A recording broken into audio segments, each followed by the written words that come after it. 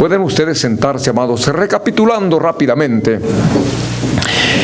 acabamos de pasar de manera reciente la transfiguración de Jesús, el milagro. En el monte se aparece con Elías, con Moisés, y Jesús se transforma, se transfigura todo.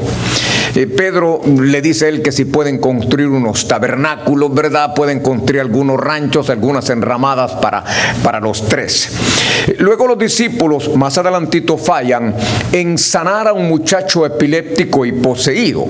Y luego salen a Capernaum, que es el cuartel general, fue el cuartel general de Jesús, donde el Señor pasó la mayor parte de tiempo y donde Él realizó la mayoría de sus milagros.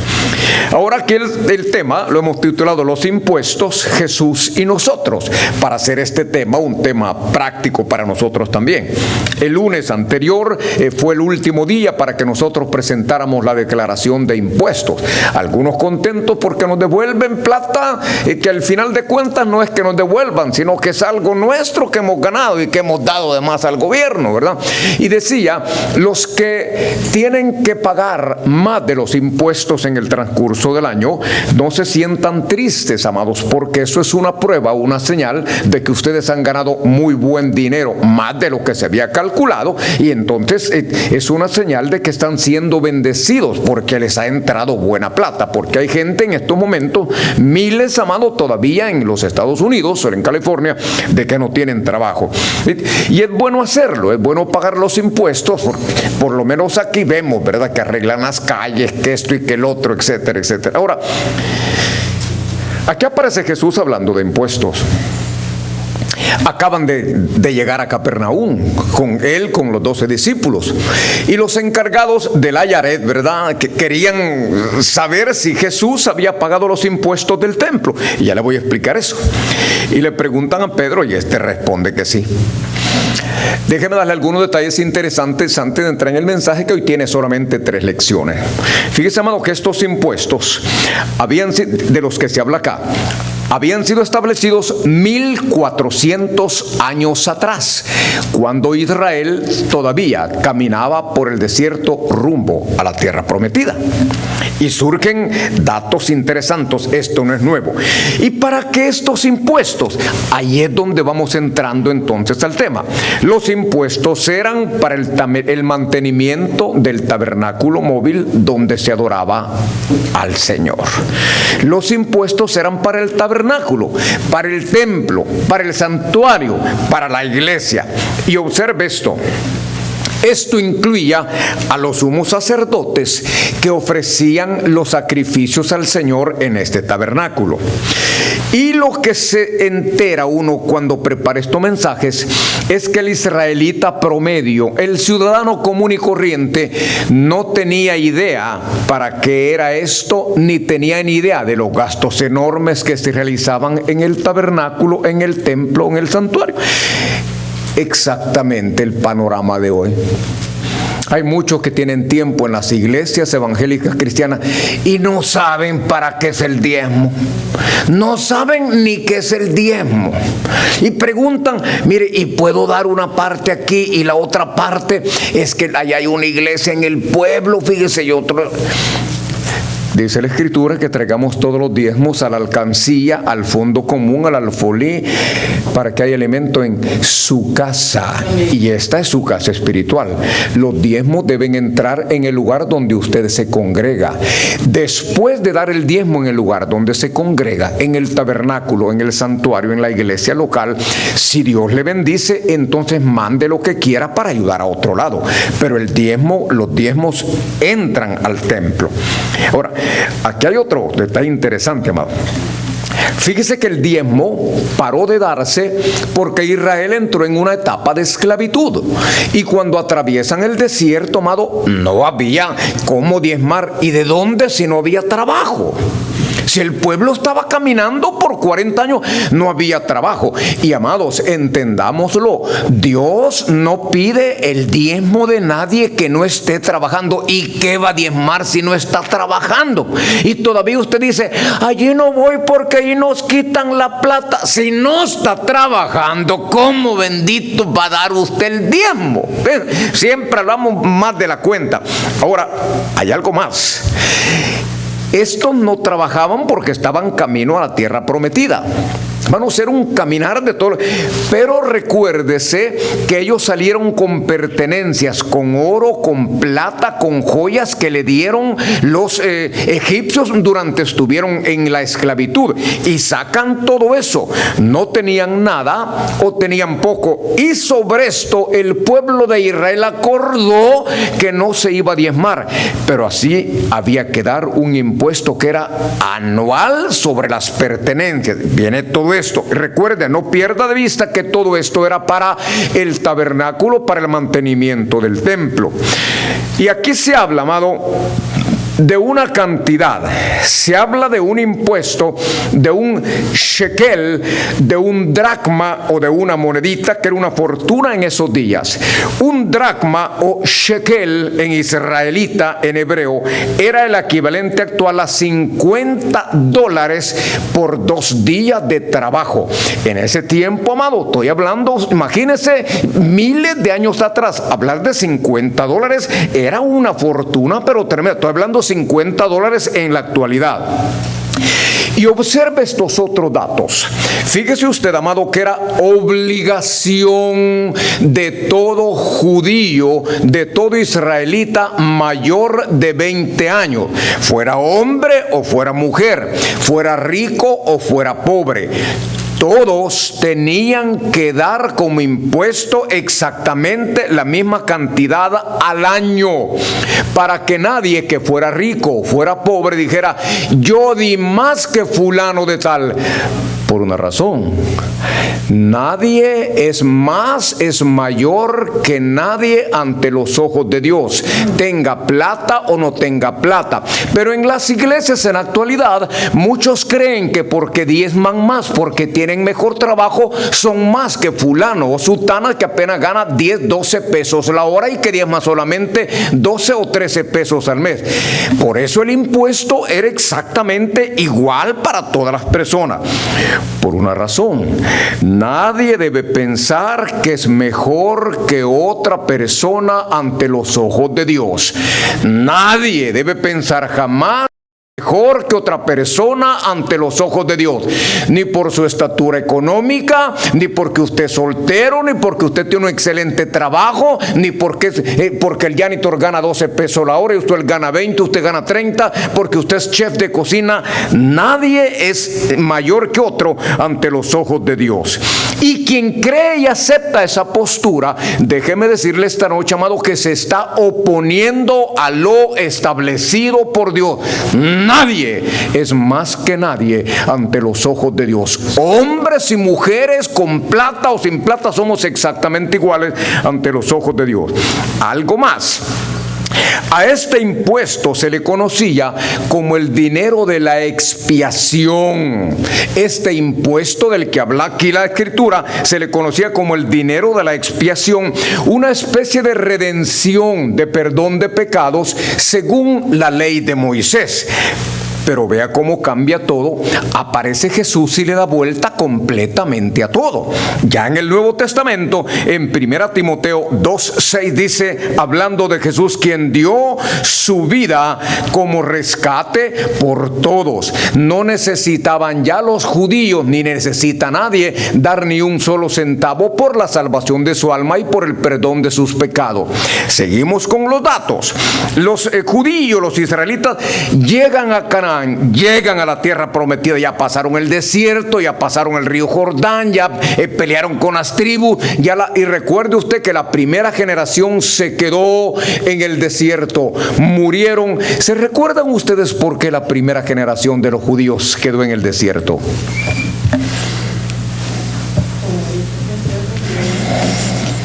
¿Por qué quedó la primera generación del pueblo de Israel en el desierto? Y no que tiene 15, 20, 30, 40 años usted estar en el Evangelio, ¿no? Y nos llenamos la boca, ¿vean? ¿Por qué, amados?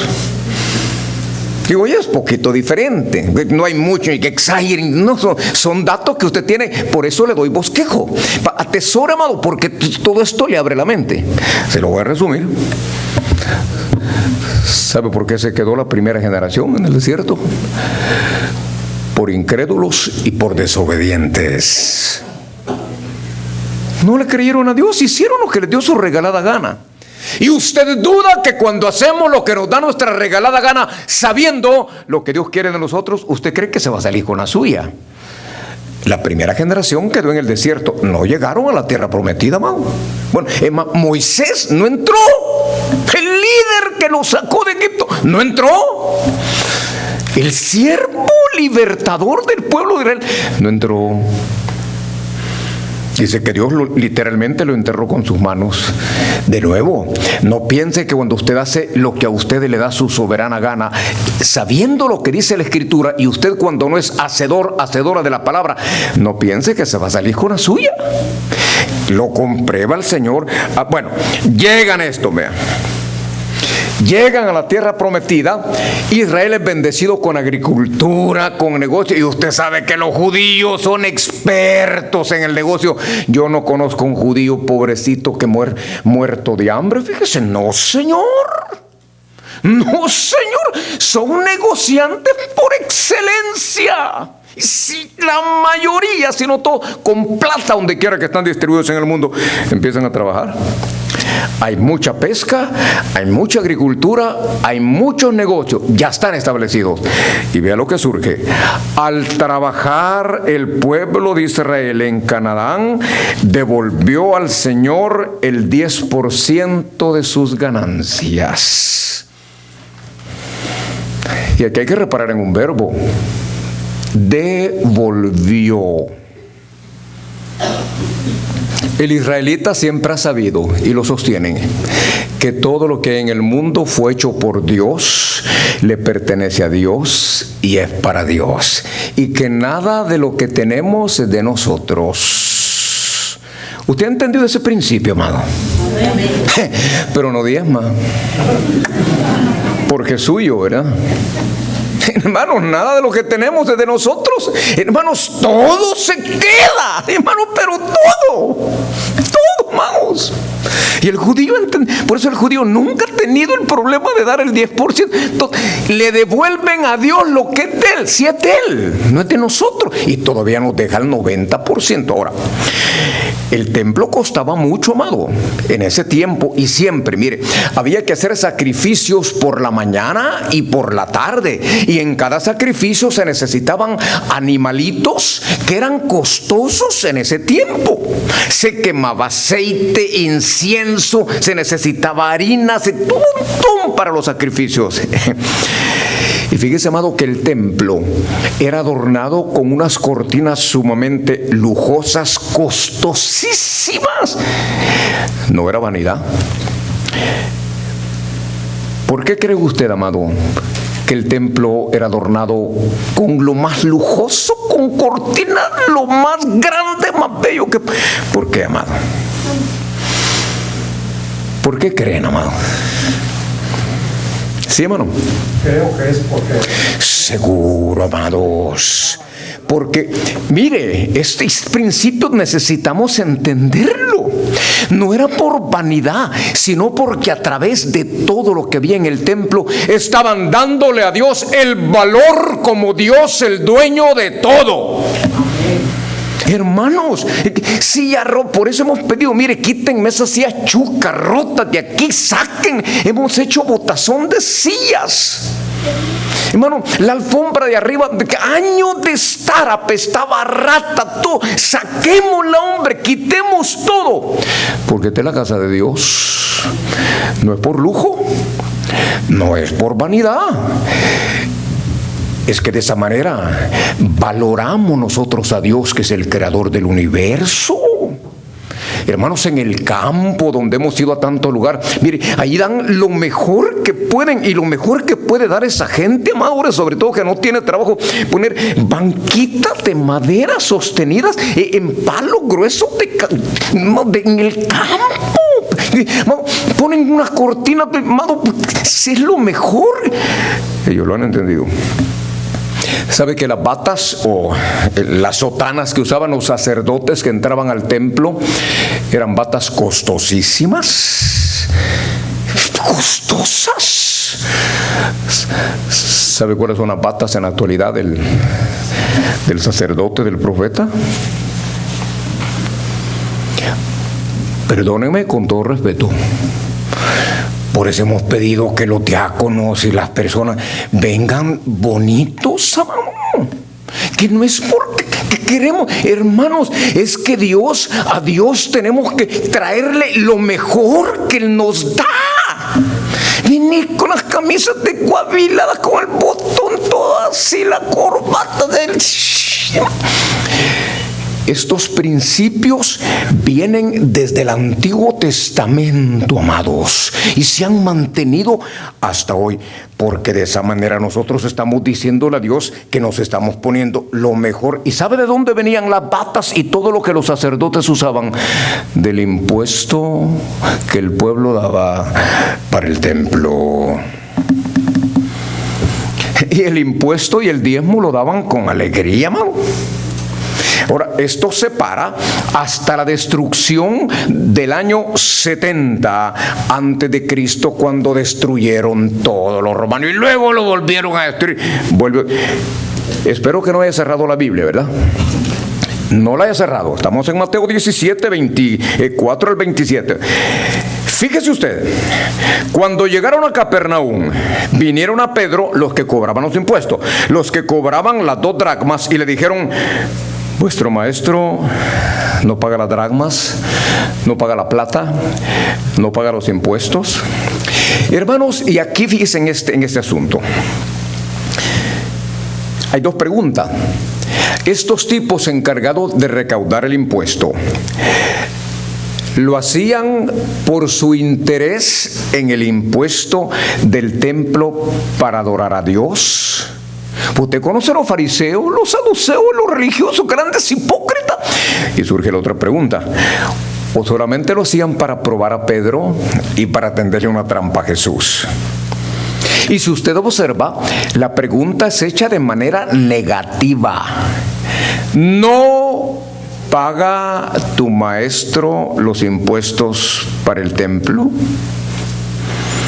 Posiblemente a Pedro le hacen la pregunta porque él era el dueño de la casa donde Jesús se hospedaba cuando estaba en Capernaum. Pedro tenía propiedades. Y entonces, amado, empieza a surgir acá un montón de asuntitos que quiero irselos entregando. ¿Usted cree, amado, que la Camila, que es una belleza física, y el príncipe Harry en Inglaterra, usted cree que ellos le pagan impuestos a la mamá, a la reina y al papá? ¿Qué cree usted? ¿Qué cree usted, amado?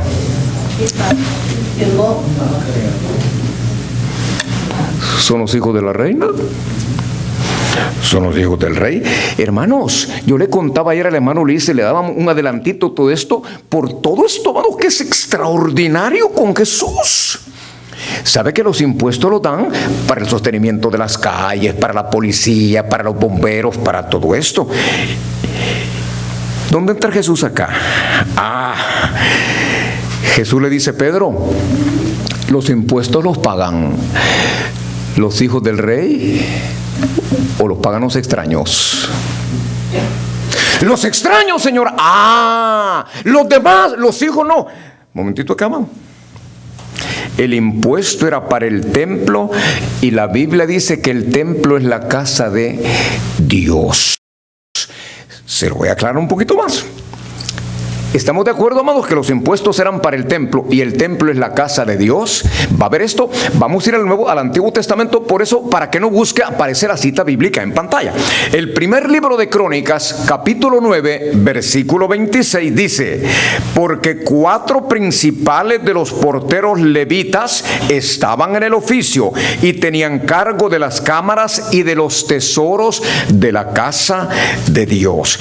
Hermanos, aquí hay 4 guardianes confiables, responsables de recoger, administrar y ministrar la plata que entraba para el templo. Se lo pongo fácil en la iglesia: Jorge Batres, Jorge Arriola, Benjamín Argueta, Jesús Romero, Julio Girón. Esta es la gente, ahora con la guía del hermano Batres, que saben todo lo que... Hermanos, cuando le digan que el pastor de la primera es el que maneja la plata para arriba, hermanos, cuando recogen los diezmos y ofrendas y lo llevan, ¿dónde estoy yo, amados? Predicando. Yo no sé cuánto entra. Yo no sé dónde lo guardan. Yo no sé a qué hora lo llevan. Yo no sé quiénes lo llevan. Yo no sé cuándo lo llevan al banco. Hermanos, aquí hay 4 guardianes y quiero decirle algo. Yo meto mis manos al fuego por todos ellos y espero que ellos tengan la misma confianza conmigo cuando presentamos recibos y toda esta cuestión. Bueno, y yo de nuevo levanto mis manos y mi juramento ante Dios y ante ustedes de nuevo: jamás tocar un centavo de las arcas de mi Jesús, porque maldición. Jamás, de nuevo. Ante mi Dios, ante mi Cristo, ante el Espíritu Santo y ante ustedes. Jamás, amados, yo tocar un centavo de las arcas de la iglesia. Jamás. Primer libro de Crónicas 6:48. Y sus hermanos los levitas fueron puestos sobre todo el ministerio del tabernáculo de la casa de Dios. Observe esto que es interesante. El impuesto de que habla esta parte de la escritura, amados, era de nuevo para la casa de Dios. ¿Estamos bien hasta ahí, amados? Hermanos, ¿estamos bien hasta ahí? Que todo esto del impuesto era para la casa de Dios. ¿Estamos bien hasta allí? Ahora quiero recordarle algo y usted conoce esta historia. En el capítulo 2 de San Lucas, en el versículo 41, usted conoce la historia. José y María llevan a José a adorar a la casa de Dios, al templo en Jerusalén. Y el niño se pierde 3 días y el papá y la mamá no lo hallan. Y cuando lo encuentran, ¿dónde lo encuentran, amados? En el templo. ¿Se acuerda lo que dice Lucas 2:49? Que se lo ponemos en pantalla. Llegan María y José y lo encuentran. ¿Por qué me buscaban? ¿No saben que en los negocios, ¿de quién? ¿De quién? ¿De mi padre? Me es necesario estar. ¿La casa de quién, amado? De mi Padre, de Dios Todopoderoso. Pero hay algo más. Crece Jesús, llega a ser adulto y llega de vuelta a Jerusalén. Y entra una vez más al templo donde los cambistas y los vendedores de animalitos, de palominos, de corderitos, todo, habían hecho un relajo y la iglesia, el templo, el santuario, el tabernáculo, lo habían convertido en un flea market donde vendían todo menos adorar a la casa al Señor. Y entra Jesús y les dice: ustedes han hecho una cueva de ladrones de la casa de ¿quién? De mi Padre. Juan 2:16. Y dijo a los que vendían palomas: quiten de aquí esto y no hagan de la casa de mi Padre casa de mercado. ¿A dónde voy con esto, con este mensaje esta noche, amados? Solo quiero darle 3 enseñanzas, por eso le estoy trayendo todo esto. Mire, ¿entiende hoy lo que Jesús le quiso decir a Pedro al tratar esto de los impuestos? Se lo voy a poner de otra manera. Pedro, debo yo pagar los impuestos para mantener la casa de mi Padre. La casa de mi papá. Le pregunta atrás Pedro: ¿los impuestos los pagan los hijos del rey o los demás? ¿Los demás? ¿Los extraños? No el hijo del rey. Algo más. Jesús, hermanos, esta es una enseñanza extraordinaria hoy. Jesús no se queda cuando le dice a Pedro: Pedro, ¿tengo yo? Bueno, Pedro, tú ya entiendes, ustedes ya entienden que yo soy el hijo de Dios, soy el hijo del dueño de todo, ¿correcto? Pero Jesús no se queda allí. Agrega rapidito, fíjese, hermano, en el 17 del 27 de Mateo: para no ofenderles, para no escandalizar, ve al mar, echa el anzuelo y el primer pez que saques, tómalo, y al abrirle la boca hallarás un estatero. Tómalo y dáselo por ti y por mí. Voy a aclararle esto del estatero que aparece en Reina Valera normal. Estatero significa ciclo o moneda equivalente al salario de 4 días de trabajo. Eso es lo que Pedro estaba supuesto a encontrar en la boca del pez. Es decir, toda la plata era suficiente para pagar no solamente los impuestos de Jesús, sino también los impuestos de su discípulo, del que iba a ser pastor. Aquí hay un principio que no voy a ahondar en ello. Hermanos, ¿quieren entender ustedes que con Jesús todo está completamente cubierto? ¿Qué nos dice Jesús? Que Él nos dará vida. ¿Y vida en qué, amado? En abundancia. Pero no queremos entender todo esto. Sigamos tratando cabo sobre esta cuestión. Fíjese, amado, que aquí empieza a ponerse bueno esto por una razón. Pedro era pescador. Él dejó su barca, sus redes, todo para seguir a Jesús. Y señor Pedro, ve a tirar la línea, la cañita de pescar, papá. Ponele una lombricita por ahí, un pedazo de pollo, un pedazo de cangrejo, la tiras y vas a agarrar un pescadito.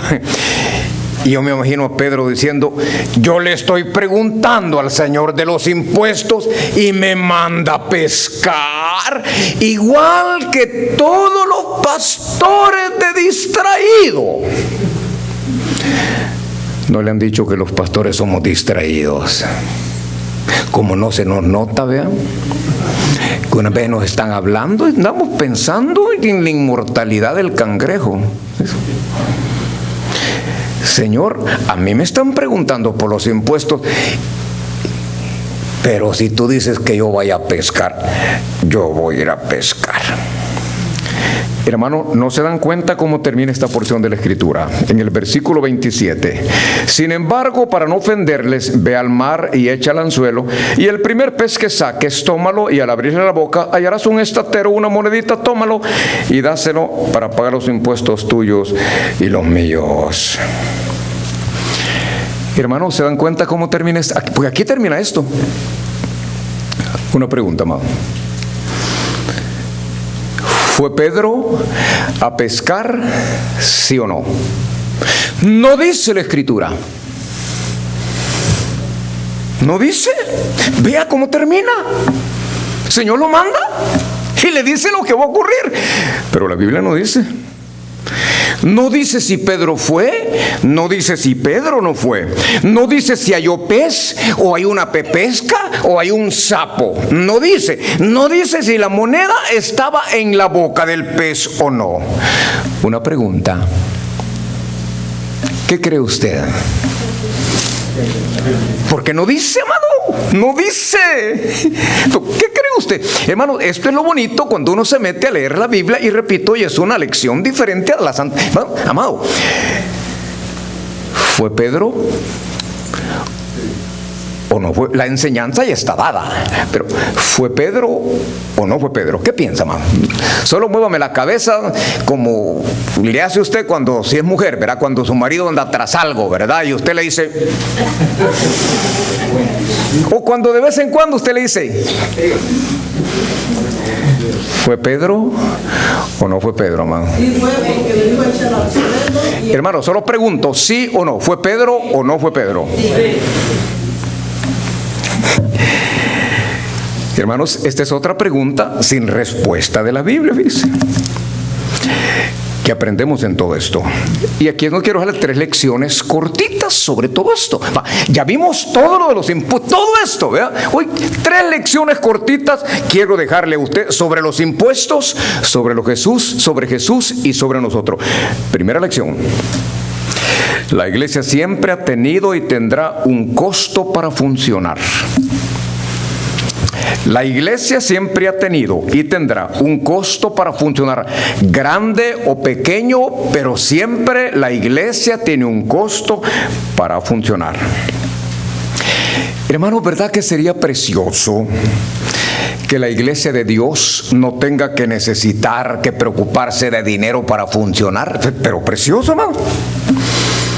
Un día visitamos con el hermano Luis una familia en X lugar, y dice el hombre del hogar: no, dice, si yo no iba a las iglesias porque, pues sí, si solo plata y plata piden. Hoy voy, dice, Porque cuando ustedes dicen, por lo menos el diezmo, pero en un trabajo lo piden. Y yo pensé un momentito acá. Mientras la iglesia de Jesús permanezca en la tierra, siempre ocasionará gastos. Mientras la iglesia de Jesús permanezca en la tierra, siempre ocasionará gastos. Se lo voy a comprobar. Bendecimos el nombre de Jesús, que este edificio es de todo, es nuestro.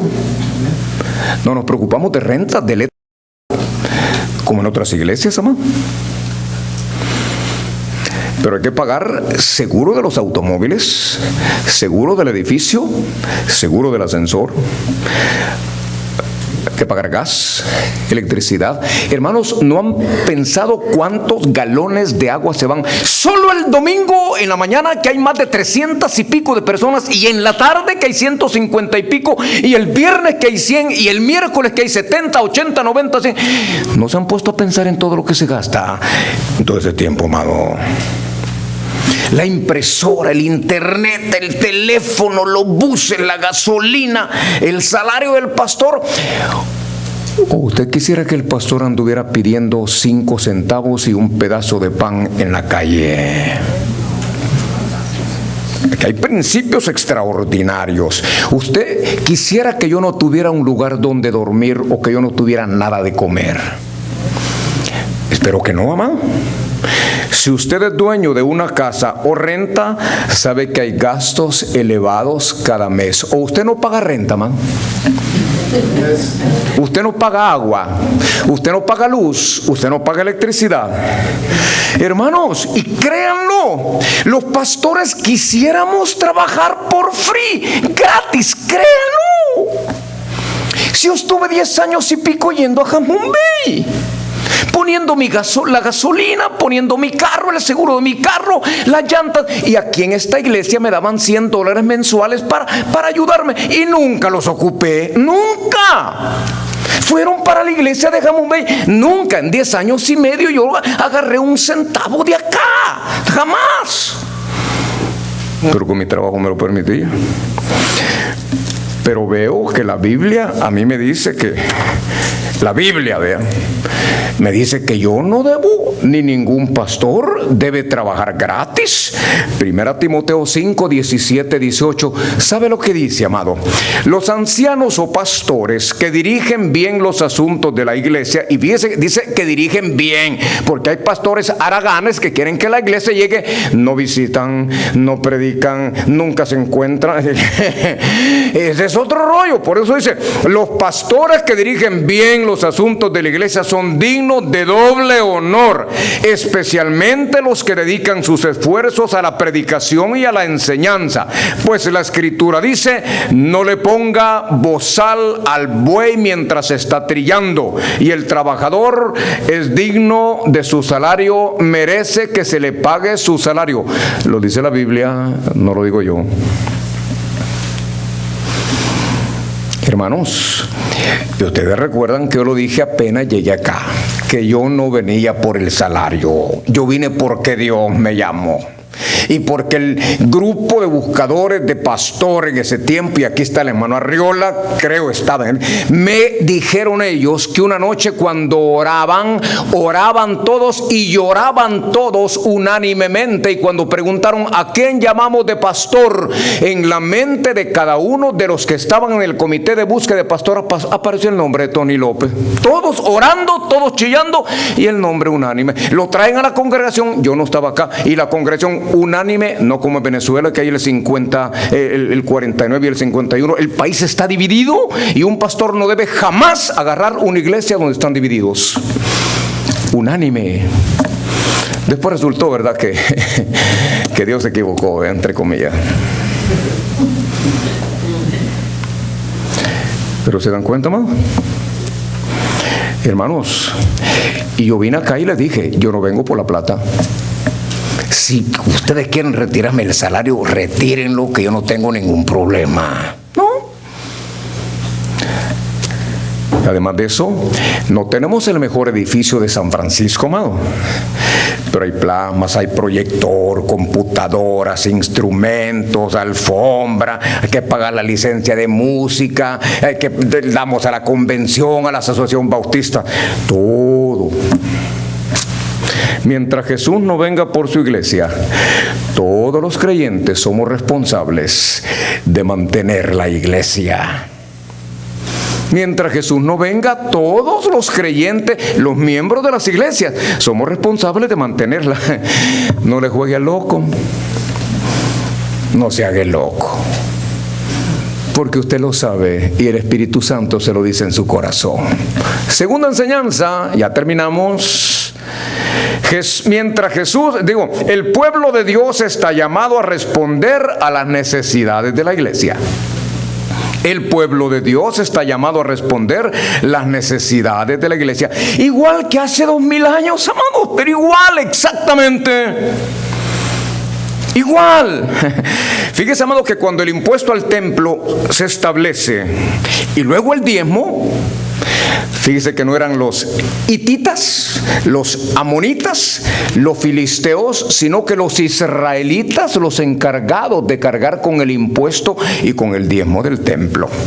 Y ellos, agradecidos en su corazón, porque Dios los libertó poderosamente de la esclavitud en Egipto, diezmaban, ofrendaban y daban el impuesto para su Dios que los libertó. Usted tiene un corazón agradecido porque Jesús lo libertó, porque esos son los principios que extraemos de todo esto. Cuando Jesús estaba en la tierra, a Pedro le preguntan sobre el impuesto para el templo. ¿Sabe por qué le preguntaron a Pedro sobre el impuesto para el templo, amado? Porque era judío. Y eran los judíos los que tenían que pagar el impuesto. No eran ellos los que adoraban al Dios creador del universo. No eran los romanos, no eran los samaritanos, no eran los griegos. Eran los judíos los que adoraban al Dios omnipotente. Siempre ha sido responsabilidad del pueblo de Dios proveer para las necesidades de la iglesia. Siempre ha sido responsabilidad del pueblo de Dios proveer para las necesidades de la iglesia. Las visitas, no. Los que no son miembros, no. O cuando usted invita a alguien a su casa, le dice: lo voy a invitar a comer, a tomar un vaso. Ayer estuvimos en San Mateo, nos invitan a comer unos chilaquiles y le fue mala. Alguien que no come chile, y como los hermanos eran mexicanos, me dicen: pastor, ¿a usted le gusta? Ya se me olvidó como tanto tiempo que no lo invitamos a comer desde Jamón Bay. ¿Come chile o no? Échele chile. Pero no le preguntaron a aquel. Pero no dejó ir las 2 docenas de chilaquiles que le pusieron. Echaba juego hasta por las orejas y las narices, pero igual se los voló. Y a mí no me dijeron ellos, como invitado: colabore con el mantenimiento de la casa. ¿Verdad que el invitado no? ¿Sabe quiénes pagan la casa, la energía y todo? Los dueños de la casa. Hermanos, es exactamente igual acá.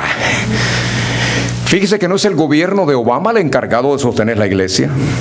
El vecindario tampoco va a pagar. Es más, nos pusieron el dedo con la casita que estamos haciendo aquí para bodega.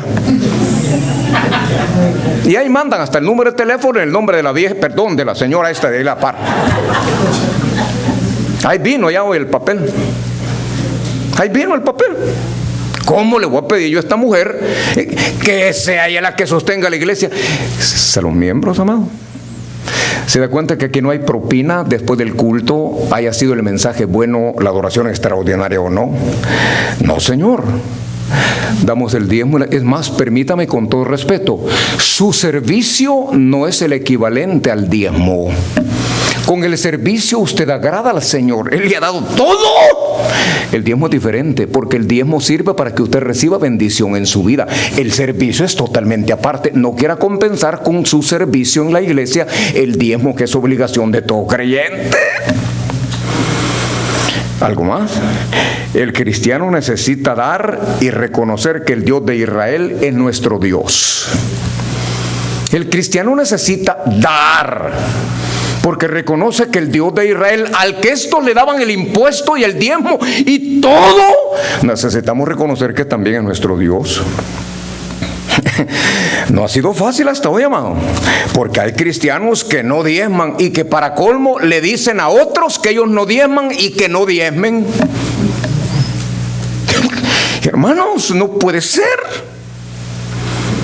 Aquí no hay bingo, aquí no hay venta de cerveza, aquí no hay rifas. Usted sabe dónde, ¿verdad? En cuál denominación, si hay bingo, hay lotería, hay rifas, venta de cerveza y todo, en los salones de la iglesia. Aquí no, porque todo esto ha sido dedicado para adorar al Dios de Israel. Y los días especiales venden comida. Pedimos una ofrenda, pero usted lo sabe. Los días especiales como el Domingo Mexicano, el 5 de mayo, el que vendremos con sombrero y todo, no es para hacer plata, va a haber comida. Mano, eso es una excusa para que usted invite gente que vea que los creyentes en Cristo, por lo menos aquí en la primera, somos alegres, hombre. Es para atraer gente, no es para hacer plata, porque lo que caiga servirá, si Dios lo permite, para llevar las mochilitas a los niños de Oxcuscab y Aquil en Yucatán, si es que así se pronuncia este volado. ¿Sabe lo que dice Marcos 2, 41, 42? Si usted lo conoce.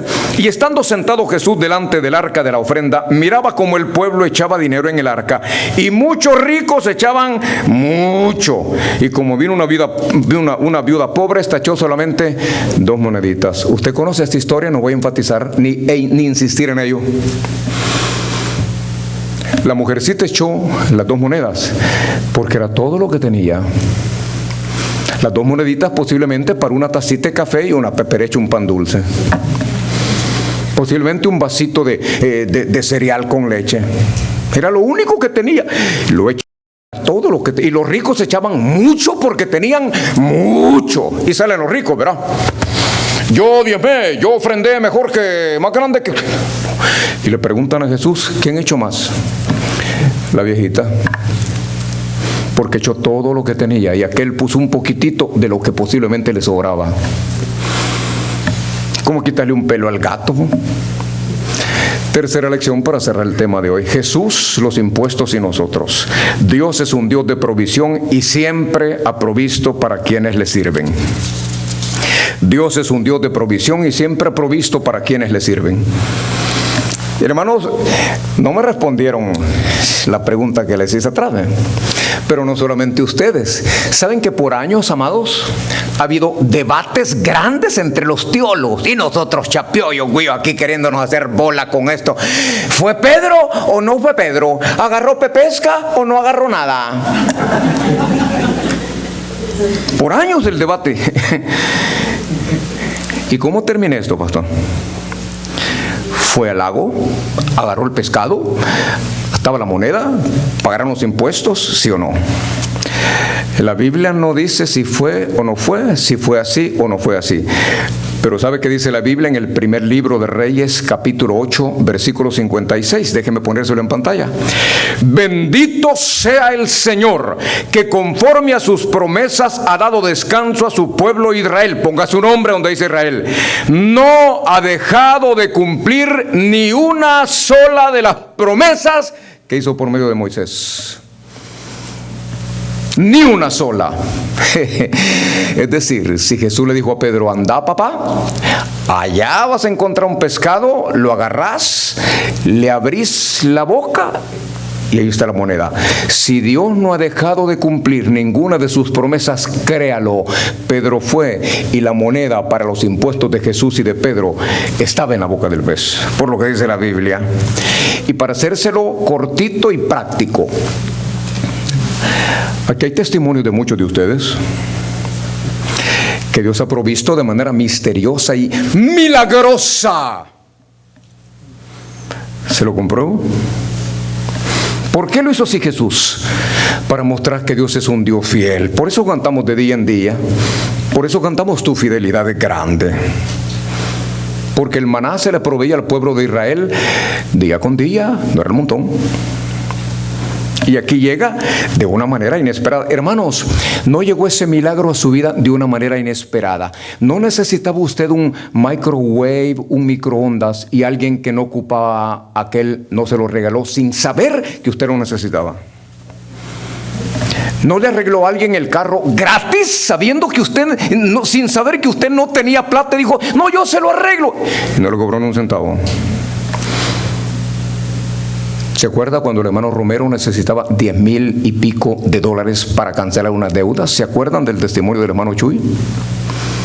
¿O no se acuerdan? ¿O no lo saben? Que el hombre, después de haber otros hombres pullado con cuchillos el colchón donde supuestamente había plata, lo rompieron todo y no apareció nada. Y el hermano Chuy, que trabaja recogiendo esas cosas para ir a botar la basura, vio el colchón y lo tiró, bravo, caliente. Y cuando lo sube, ¡pum! Oye, que cae un sobre pesado y agarra el sobre pesado. No dijo él, pero usted sabe cómo dicen los mexicanos, ¿verdad? Biles, recibos, dijo, lo agarró y se lo metió aquí. Cuando termina su labor, su tarea, abre el sobre. 12,000 y pico de dólares en efectivo. Aquí está el hermano Romero, pregúntele. Sirvió para cancelar la deuda de los 3 meses que tenía y todavía le alcanzó para celebrar, si mal no recuerdo, el cumpleaños de uno de sus hijos o de sus nietas que estaba próximo en esos días. ¿Se da cuenta que esa es la monedita en la boca del pez? ¿Se da cuenta de lo milagroso, de lo fiel que es Dios con nosotros, amado? Aquí está el hermano Chuy, pregúntele. ¿Cómo voy yo a andar inventando cosas, hermano, para querer convencer a... No, Señor. Es admirable la labor de los pastores bivocacionales como el pastor Donald en San Rafael, amado. ¿Sabe que ese hombre viaja con su familia de South San Francisco hasta Bolinas y San Rafael todas las semanas? Y el pobre pastor, fíjese que el carro necesita llanta. Me dice, sí, me da no sé qué, la voy a comprar. No, le dije yo, pídaselas a la congregación. ¿Cuánto tiene? Ya te tengo más de... Dígale a la congregación que su carro necesita llantas y que la congregación se las pague. Pastor, me van a echar mejor, le dije. Y fue. No, pastor, ¿qué más necesita su carro? Le compraron unas 4 llantas al automóvil que ocupa toda la semana para ir a San Rafael sin salario. Pero pregúntenle al pastor Donald si Dios no está proveyendo de manera milagrosa para sus necesidades y las de sus 2 criaturas. Una pregunta, amado. ¿Cuánto aguantaría usted sin trabajo para pagar la renta, la luz, el carro, el gas, todo? ¿Cuánto usted aguantaría sin trabajo? Y ahora piense algo más para ir cerrando esto. Usted que no diezma todavía, usted que no da a la casa del Señor lo que usted sabe que tiene que dar, le pido que piense en esto. Esta iglesia, si todos no diezmaran, hubiera desaparecido. ¿Y sabe qué hubiera ocurrido? José Quintanilla, que está en los controles, su hogar estaba tambaleando cuando vino a la iglesia. Pregúntele cómo está su situación ahora. Carlos Mejía dejó las drogas en esta iglesia. Amílcar Perla dejó las drogas congregándose en la casa del Señor. Con todo respeto, Fernando Ramírez no se hubiera casado con Anita si no hubiera venido a esta iglesia. Miles de niños en México, Centroamérica, Colombia, República Dominicana, Perú, en todos lados no hubieran recibido una mochila con útiles escolares y no habría personas salvas si esta iglesia no hubiera existido. En el Ayote, en Chontales, la iglesita, entre paréntesis, para 60 personas, que quedó para 200 y pico, no hubiera sido posible si esta iglesia no hubiera existido y hubiéramos ido a Nicaragua. Por eso cuando un cristiano dice que no debería pedirse dinero a los miembros, ¿sabe qué está diciendo? Que la iglesia no debería existir. Cuando un cristiano dice que no debería pedirse dinero, que no debe darse el diezmo en la iglesia, ¿sabe qué está diciendo? Que la iglesia no debería existir y que se pierdan las almas. No le importan las almas, no le importa la regeneración de nadie, no le importa que el pastor tenga o no tenga para cubrir sus necesidades y no quiere prosperar. De nuevo, ¿dónde está ubicado usted cuando se trata de diezmar y ofrendar para las necesidades de la iglesia? Y una cuarta lección extra que el Señor me regaló ya para cerrar el tema hoy, ya en la tarde. Todo cristiano debe ser honesto en el pago de sus impuestos. Todo cristiano debe ser honesto en el pago de sus impuestos. Si Jesús, que era dueño y Señor, hermanos, ¿entienden todo esto? Si Jesús, que era dueño y Señor, acepta y le dice: Pedro, vas a encontrar el pescadito, con esa moneda pagamos mis impuestos y los tuyos. Yo, que soy hijo de Dios Todopoderoso, yo que soy el dueño de todo, te estoy dando el ejemplo de que soy honesto. Ve, vamos a pagar tus impuestos y los míos. Jesús no evadió el pago de impuestos. ¿Y usted, amado? ¿No se ha dado cuenta que cuando usted declara impuestos puede ayudarle en su trámite migratorio? ¿No se ha dado cuenta que cuando usted paga impuestos el gobierno tiene menos armas para deportarlo o darle problemas? ¿No se da cuenta que cuando usted pide que le paguen en cash, en efectivo, todo, usted está haciendo trampa y está evitando que este país, y como somos no uno, sino millones que actuamos de esa manera, por eso el país está como está? Y por eso estamos rompiendo la espalda económica de esta poderosa nación, porque muchos reciben dinero en efectivo para no declarar impuestos. ¿Sabe lo que dice Dios en Romanos capítulo 13, 6, 7? Por eso mismo pagan ustedes impuestos, pues las autoridades están al servicio de Dios, dedicadas precisamente a gobernar. Paguen a cada uno lo que le corresponda. Si deben impuestos, paguen los impuestos. Si deben contribuciones, paguen las contribuciones. ¿Por qué, pastor? Porque la honestidad es característica de todo seguidor como hijo de Dios. La honestidad es característica de todo seguidor de Jesús como hijo de Dios. Y usted y yo, ¿verdad que queremos y debemos parecernos a Jesús? Nos ponemos en pie para orar, hermano.